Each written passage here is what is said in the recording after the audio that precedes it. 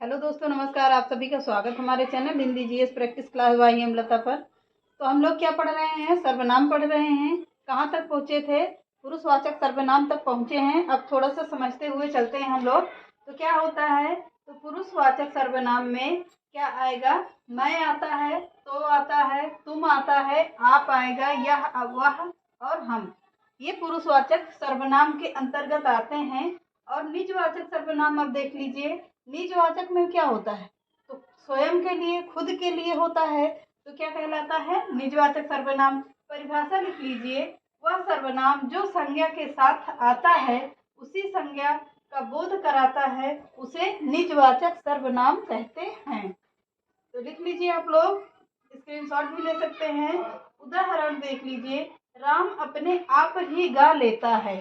तो क्या कह रहा है? तो राम अपने आप ही गा ले रहा है, मतलब खुद गा ले रहा है। तो स्वयं के लिए आ रहा है, स्वयं और खुद अपने लिए ही बोल रहा है, गा रहा है। और दूसरा देख लीजिए उदाहरण। मीरा अपने आप ही गा बजा लेती है। अपने आप ही गा बजा लेती है, तो खुद के लिए गा बजा रही है, खुद कर रही है सारा काम। तो क्या आ जाएगा? निजवाचक सर्वनाम आ जाएगा। टिक देख लीजिए। जिस सर्वनाम का अर्थ स्वयं खुद निकले वह निजवाचक सर्वनाम कहलाता है। जिस सर्वनाम का अर्थ स्वयं खुद निकले वह निजवाचक सर्वनाम कहलाता है। तो इतना स्क्रीनशॉट ले लीजिए, या तो कहो तो फिर से बोल दें। तो स्क्रीनशॉट ले लीजिए और लिख लीजिए आप लोग। अब हेडिंग डाल लीजिए इसमें। पहले एक आध उदाहरण और देख लीजिए। अपने अपने मरने पर स्वर्ग के दर्शन होते हैं। अपने मरे स्वर्ग के दर्शन होते हैं, कहते हैं ना गांव में, जहाँ पे मरे वहां पे काम होता है। अपने तीसरा उदाहरण है ये, नीचे से देख लीजिए। तीसरा आएगा, अपने मरे स्वर्ग के दर्शन होते हैं। दर्शन होते हैं। तो तीसरा उदाहरण हो गया अपने। अपने क्या आ रहा है? तो इसमें भी स्वयं ही आ रहा है, खुद के लिए बोल रहा है, किसी और के लिए नहीं बोल रहा है। तो क्या आ गया? खुद के लिए बोल रहा है, तो इसमें भी निजवाचक सर्वनाम होता है। अब आगे हेडिंग डाल लीजिए। निश्चयवाचक सर्वनाम। निश्चयवाचक सर्वनाम, हेडिंग डालिए।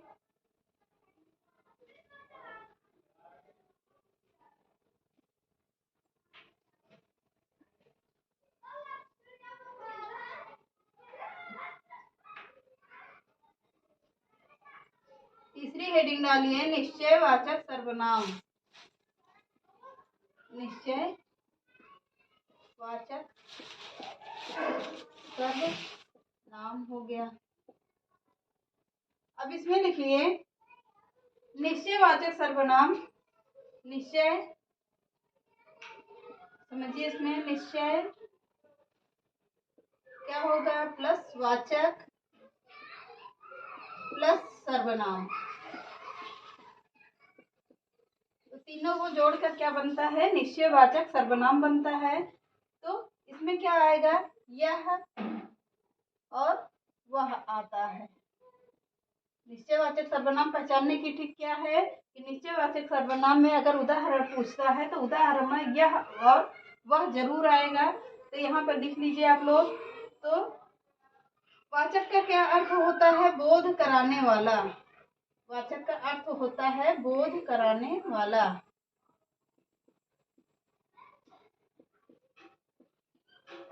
तो क्या बोध कराने वाला है? निश्चयवाचक सर्वनाम का बोध कराने वाला।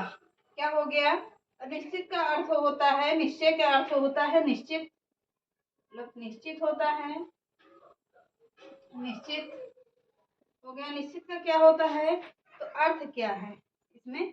ऐसे देख लीजिए, अर्थ क्या है? संज्ञा की निश्चित स्थिति बताता है ये। अर्थ क्या है? संज्ञा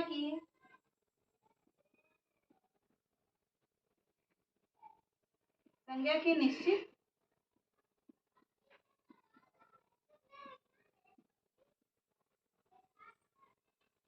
स्थिति बताता है। निश्चय का अर्थ होता है संज्ञा की निश्चित स्थिति को बताता है। अब इसमें परिभाषा देख लीजिए। लिखिए परिभाषा, बोलते हुए भी चल रहे हैं। तो क्या हो गया, वह सर्वनाम जो संज्ञा की स्थिति को वह सर्वनाम जो संज्ञा की स्थिति को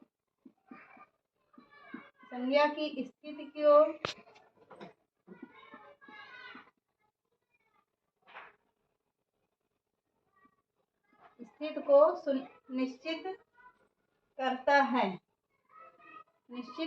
है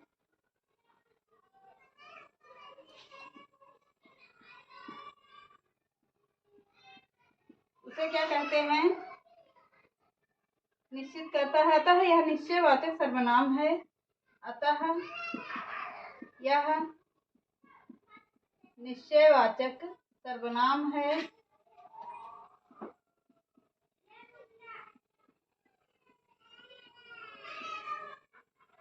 निश्चयवाचक सर्वनाम होता है या है। तो दूसरी परिभाषा लिख लीजिए। इसमें या उदाहरण ही लिख लीजिए पहले, तो बाद में समझाते हैं दूसरी परिभाषा। उदाहरण लिखिए।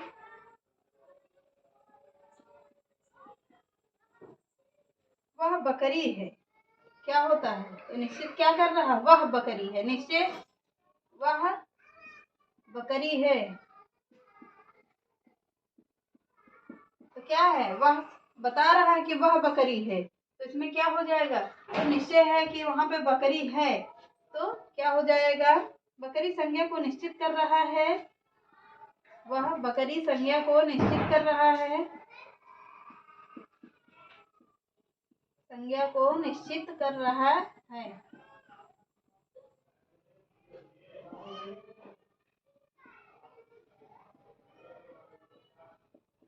क्या हो गया, बकरी संज्ञा को निश्चित कर रहा है। आगे उदाहरण देख लीजिए। इसमें ऊपर का हटा दे रहे हैं, हो गया होगा।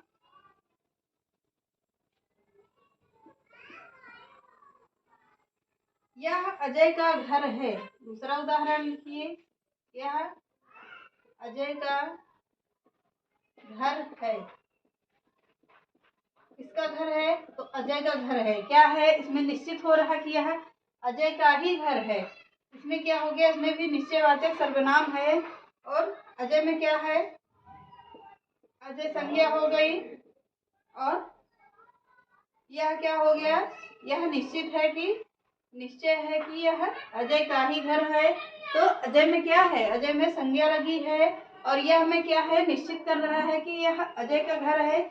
यह ये मोहन के बच्चे हैं। तीसरा उदाहरण लिखिए। ये मोहन के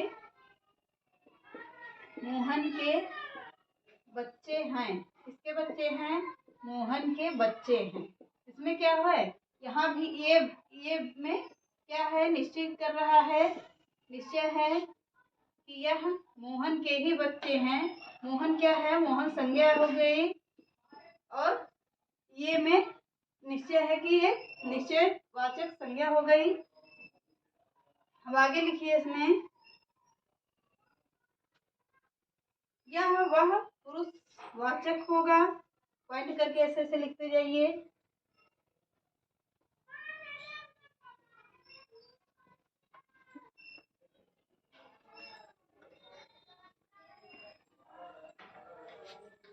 यह पॉइंट डालिए।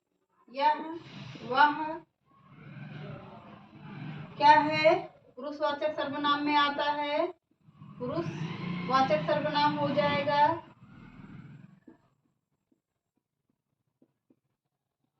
और दूसरा पॉइंट लिखिए। यह वह निश्चयवाचक में भी आता है। यह वह निश्चयवाचक में भी आ जाएगा। निश्चयवाचक सर्वनाम भी होता है इसमें। तो हम लोग पहचानेंगे कैसे, चलिए पॉइंट करके लिखिए, फिर बताते हैं पहचान कैसे होती है। ये कौन सी संज्ञा, कौन सा सर्वनाम होगा, जब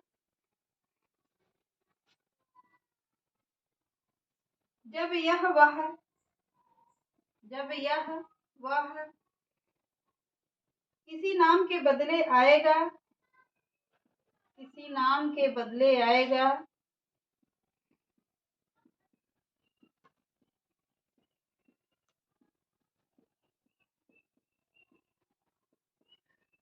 किसके बदले आएगा? किसी नाम के बदले आएगा।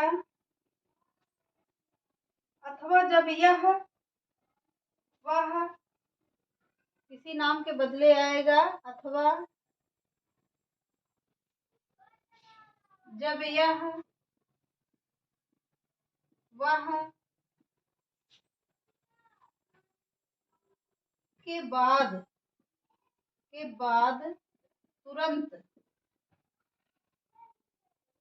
तुरंत कोई संज्ञा आए, तुरंत कोई संज्ञा आए, कोई संज्ञा आए,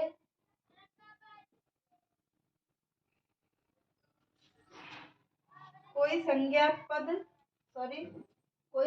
पद ना हो, कोई संज्ञा पद ना हो,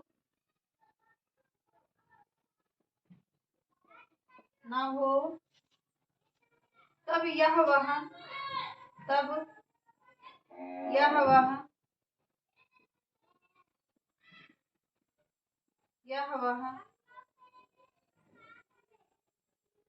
पुरुषवाचक सर्वनाम होता है। पुरुषवाचक सर्वनाम होता है।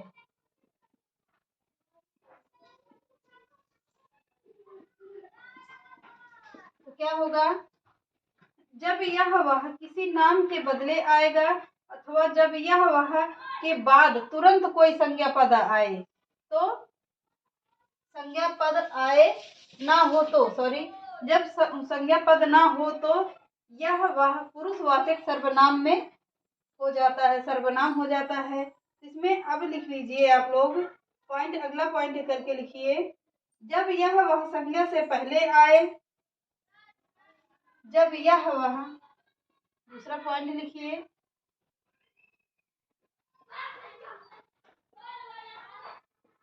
जब यह वह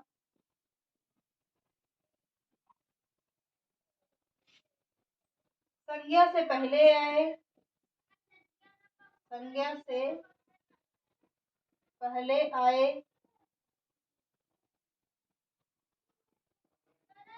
किससे पहले आएगी? संज्ञा से पहले आए और उसे निश्चय के बाद,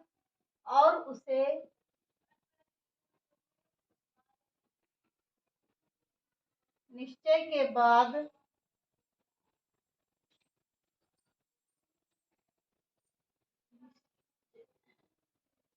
निश्चित के बाद आता है,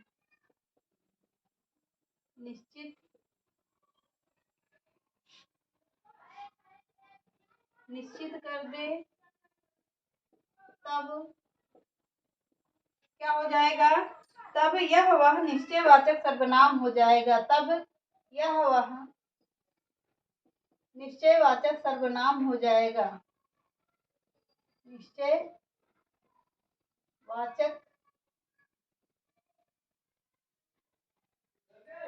सर्वनाम हो जाएगा।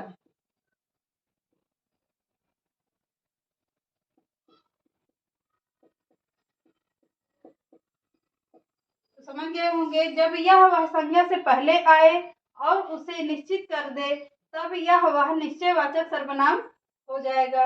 अब अनिश्चयवाचक सर्वनाम हेडिंग डाल लीजिए, हेडिंग डालिए अनिश्चयवाचक सर्वनाम। अनिश्चय